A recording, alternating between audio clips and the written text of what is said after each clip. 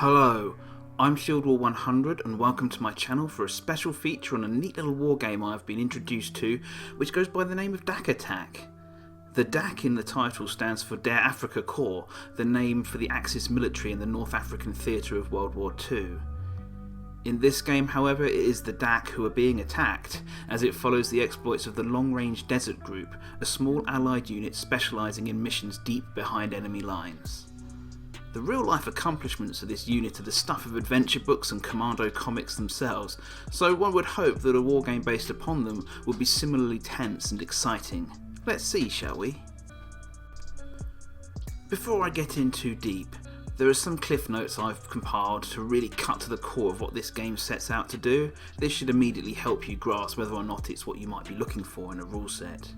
First, it's primarily written as a solo experience. You play the commander of an LRDG patrol, or half patrol, as they storm into Axis positions, represented by Germans or Italians, on heavily upgunned light vehicles. Surprise and speed are your two main weapons, as well as firepower, three main weapons.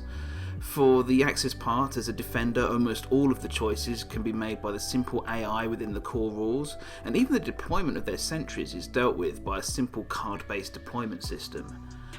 Therefore, gaming sessions with multiple participants would be better served with the players splitting the LRDG units between them, and if the Axis side is to be controlled by a human at all, it is best to treat them almost like a games master or GM rather than the player in their own right. Second, this game falls very much on the beer and pretzel side of the wargaming spectrum. Rules lawyers, here be your downfall, as a fair part of this rule set has been left to interpretation, and I've found little by way of resource on the internet to help with my queries. This by no means is an absolute negative, however. The game is written to facilitate the fast-paced, fairly hectic raids of the LRDG, and so do not bog themselves down in exhaustive examples and rules for every fringe situation. Many people will be able to smooth over the bumps themselves, content to have fun pushing around their lovely models. However, I know that some will not be so happy, and I felt it was important to say this as a reviewer. Suffice to say that most of the important sections of the rules are adequately covered, but for example, it would have been nice if there had been a paragraph on embarking and disembarking, something that is specifically required to do in some scenarios, but not actually covered in the book itself. The first part of any DAK Attack game, like most others, is setting up the scenario. For this, you can choose a mission from an extensive list or randomly select it and set it up on the board to suit. This will usually be an Axis installation of some sort with buildings, fuel dumps, vehicles, maybe aircraft, and their as yet unknown defenders, represented by cards to start with. The LRDG are set up at the far end of the board and approach. Until shooting starts, simple rolls determine whether or not the allies are identified, and when one side or the other does let loose, it's a simple case of rolling to hit, then rolling for effect. If you're shooting at an infantryman, a hit will need to be negated by a save, which changes depending upon cover, and against a vehicle, a roll is made to determine the extent of damage done, if any. It's very simple, and by the end of the first game, most players will have memorised the most common modifiers to the various rolls. Axis units suffering damage might become pinned down, preventing them from activating until such time as bullets stop coming their way, when they'll put their heads back up again. Add in the simple but effective system of working out which groups of models fire in which order each turn, and you get a very fast flowing way of simulating the swirling firefights that evoke so much in the imagination. Vehicles can move around at a fair old lick, in keeping with the nature of this style of warfare, but be careful as damaged vehicles have the tendency to break down at the worst times, leading to field repairs, vehicles maybe needing to be towed to safety, or even outright destroyed and abandoned as unsavable. The rules also cover close combat fighting, grenades, placing bombs and objectives, as well as a host of other in-game interactions. The LRDG must achieve their objectives of causing as much damage as possible as quickly as they can. If they tarry too long, and many scenarios have reinforcements rushing to the commotion on the Axis side, potentially swinging the balance of the firefight away from the Allies. All of this, from the first spotting rolls to the exact makeup and arrival location of Axis reinforcements, is handled by simple charts that you can roll against at the point needed. At the end of the mission, the remaining LRDG vehicles will race away, perhaps leaving some of their wrecked vehicles behind with the day's German survivors, and it's time to count the cost. Each asset destroyed by the raiders is totaled and set against the cost of vehicles and crewmen lost in return. Differing variance between the two scores will give different outcomes. Sometimes even a raid which completes its objectives can be considered a failure if too much of the patrol doesn't make it back. But even then, the game doesn't necessarily end. The rules make it clear that playing a one-off scenario is perfectly fine and worthwhile, and fun. However, it would be remiss of any review to not mention the mini-campaign given the number of pages devoted to it in the rules.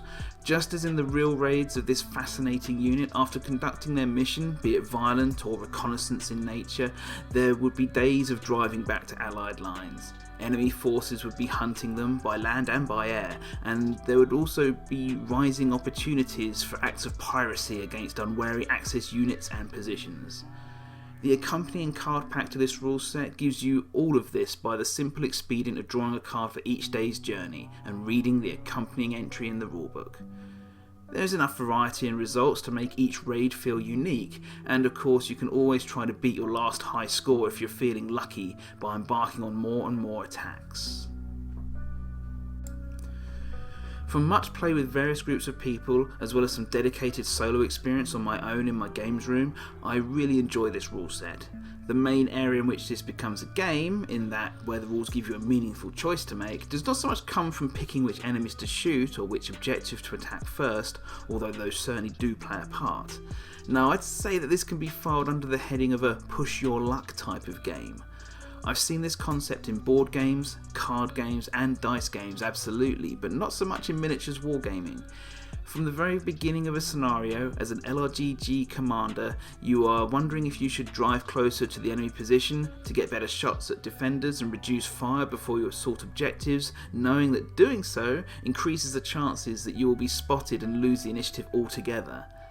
As the raid progresses, you must see how far you can go in destroying objectives whilst keeping your light vehicles safe. I said earlier that the shooting rules were simple. This means that a lucky shot from a German sentry could upset your plans immensely as it causes a breakdown on a vehicle loaded with your personnel.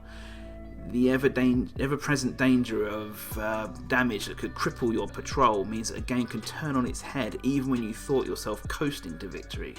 How far would you go to push to destroy that last fuel depot before making good your escape?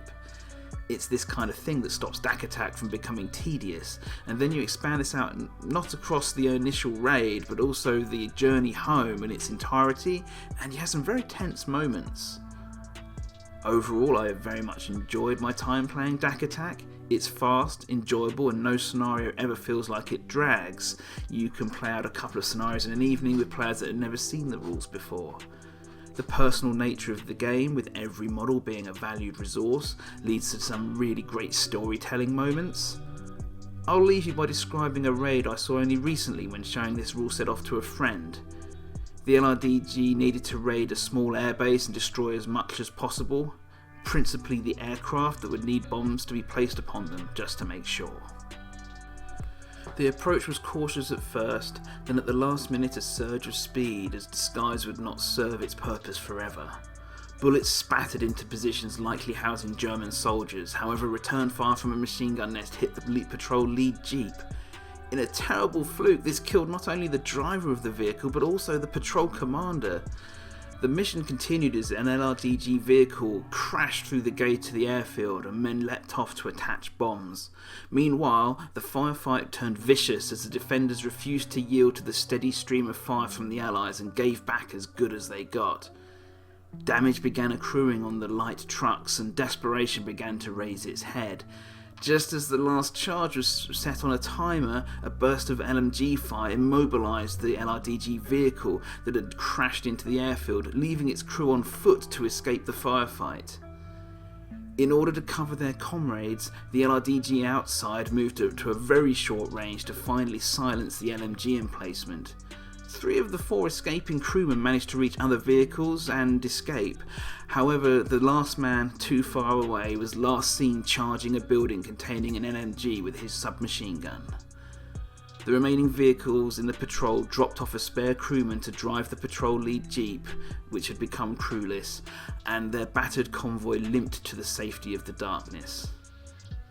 An Axis armoured car arrived on the scene in time only to see the charges on the planes go off and consume the airfield in fire. The airfield had been destroyed with all of the planes, but 3 patrol members were dead and a vehicle lost. For a small unit like the LRDG, this was too bitter a pill to swallow. I hope that you enjoyed this video and found it useful. If you're looking for a nice simple historical war game that you can get out easily, perhaps in between more time consuming games, then you could do far worse than to look here. I'll put a link down below to where you can find places that stock the rules should you be interested. As for miniatures, well, there's certainly plenty available in lots of different scales, sufficient that the best place to look will be very much dependent upon your location and which companies or stockists are local to you, to be honest. As I said before, my name is ShieldWall100 and thank you for listening. If you like my historical content, then check out my Facebook page. Bye bye.